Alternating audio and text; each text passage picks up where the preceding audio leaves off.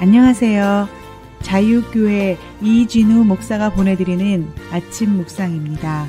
오늘도 예수 그리스도의 향기를 내는 복된 하루가 되시길 바랍니다. 3월 14일 금요일 아침 묵상입니다. 오늘은 포기하지 않으시는 하나님의 구원이라는 제목으로 로마서 11장 8절로 10절의 말씀 묵상합니다. 성경에 이렇게 기록한 바와 같습니다. 하나님께서 그들에게는 혼미한 영을 주셨으니 오늘까지 그들은 눈이 있어도 보지 못하고 귀가 있어도 듣지 못한다. 다윗도 다음과 같이 말하였습니다. 그들의 밥상이 그들에게 올무가 되고 덫이 되게 하여 주십시오. 그들이 걸려 넘어지고 보복을 받게 하여 주십시오. 그들의 눈이 어두워져 보지 못하게 되도록 하여 주십시오. 그들의 등이 언제나 굽어 있게 하여 주십시오.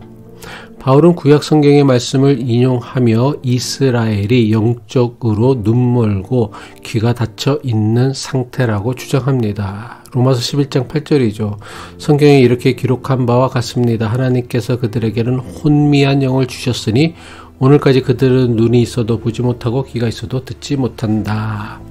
바울의 말씀은 마치 하나님께서 이스라엘을 의도적으로 완고하게 만드셨다는 인상을 줍니다. 하지만 이것을 하나님께서 먼저 이스라엘을 거부하신 것으로 오해해서는 안 됩니다. 성경을 보면 인간이 하나님께 순종하기를 반복적으로 거부할 때에 점차 마음이 굳어지는 과정을 하나님께서 그 마음을 완악하게 하셨다라고 기록합니다. 출애굽기 9장 12절이죠. 그러나 여호와께서 바로의 마음을 완악하게 하셨으므로 그들의 말을 듣지 아니하였으니 여호와께서 모세에게 말씀하신가 같더라. 이것은 하나님께서 바로의 마음을 완악하게 한 것이 아니라 바로가 모세가 전한 하나님의 말씀을 거부하며 스스로 완악해지는 것을 표현한 것입니다. 따라서 눈이 있어도 보지 못하고 귀가 있어도 듣지 못한다라는 것은 하나님께서 저들의 완고함을 방치하신다는 일종의 은유적 표현이라고 할 수 있습니다. 하나님께서 보내신 예수 그리스도를 거부하는 이스라엘의 완고함은 하나님께서 강제로 만든 것이 아니라 이스라엘 스스로 선택한 결과입니다. 이스라엘은 오랫동안 하나님을 믿는다고 하면서도 정작 하나님의 뜻을 거부했습니다. 그 결과 저들의 영적인 감각이 무뎌지고 하나님의 진리를 깨닫지 못하는 상태가 되어버린 것입니다. 마치 우리가 거짓말을 반복하면 양심이 무뎌지는 것과 같습니다. 처음에는 죄책감을 느끼지만 시간이 지나면 점점 아무렇지도 않게 되고 결국에는 옳고 그름을 분별하지 못하는 지경에 이르게 됩니다. 이스라엘도 마찬가지였습니다. 하나님의 뜻을 반복해서 거부하자 스스로 하나님과 멀어지고 결국은 완고한 상태에 빠지게 된 것입니다. 이처럼 이스라엘의 완고함은 하나님께서 저들에게 벌을 내리셨다라기보다는 자신들의 오랜 불순종이 만들어낸 결과라고 할 수 있습니다. 오랜 시간에 걸친 불순종과 우상숭배 그리고 하나님께서 보내신 선지자들을 배척하면서 이스라엘의 영적 감각은 무뎌지고 결국 예수 그리스도마저 배척하게 된 것입니다. 그 결과 이스라엘은 보아도 보지 못하고 들어도 듣지 못하는 상태 곧 완고함에 이르게 된 것입니다. 바울은 시편 69편 22절과 23절에 기록된 다윗의 기도를 인용하며 이스라엘이 예수 그리스도를 거부하면서 스스로 걸려 넘어졌음을 고발합니다. 로마서 11장 9절로 10절이죠. 다윗도 다음과 같이 말하였습니다. 그들의 밥상이 그들에게 올무가 되고 덫이 되게 하여 주십시오. 그들이 걸려 넘어지고 보복을 받게 하여 주십시오.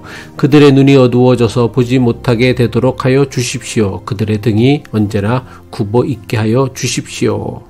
바울이 시편에 기록된 다윗의 기도를 인용한 이유는 예수 그리스도를 거부하고 배척하는 이스라엘에 대한 정죄를 선언하기 위함이 아닙니다. 이스라엘의 넘어짐과 영적 실패가 오히려 새로운 구원의 길을 열었다는 것을 강조하기 위해서입니다. 이스라엘이 복음을 거부하자 바울은 복음을 이방인에게 전하기 시작했습니다. 만약 이스라엘이 예수를 받아들였다면 바울이 이방 선교에 그렇게 집중하지 않았을 수도 있습니다.